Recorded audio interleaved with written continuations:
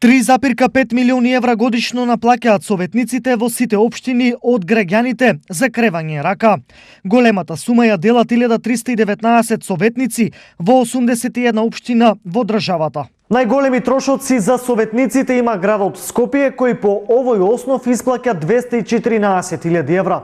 Но колку пари добиваат советниците од општините во источниот регион? Законот при исплатата на советничките паушали е дециден и тој вели дека до 40% од просечната плата можат да бидат исплатени на општините до 10.000, 50% до 25.000, 60% на оние до 50.000.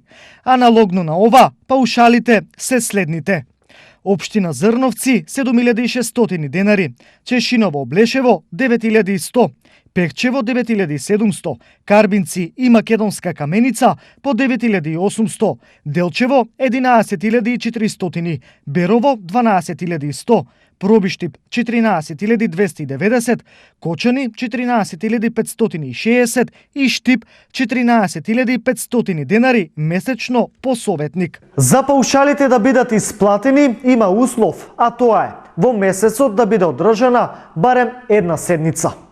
Има ли овде калкулации за одржување на седници кога треба и кога не треба? Е едно од прашањата сврзани со исплатата на паушалите. Секако дека имало и ќе има. Конкретен ден за одржување на седници нема, а освен тоа никогаш не пишува и колку точки треба да има седницата, па калкулациите се неизбежни. Вели за телевизија Стар некогашен советник од Советот на општина Штип. Но многу поважно од овие калкулации е прашањето што содржа точките на дневен ред и колку тие се ажурни и во интерес на решавање на проблемите.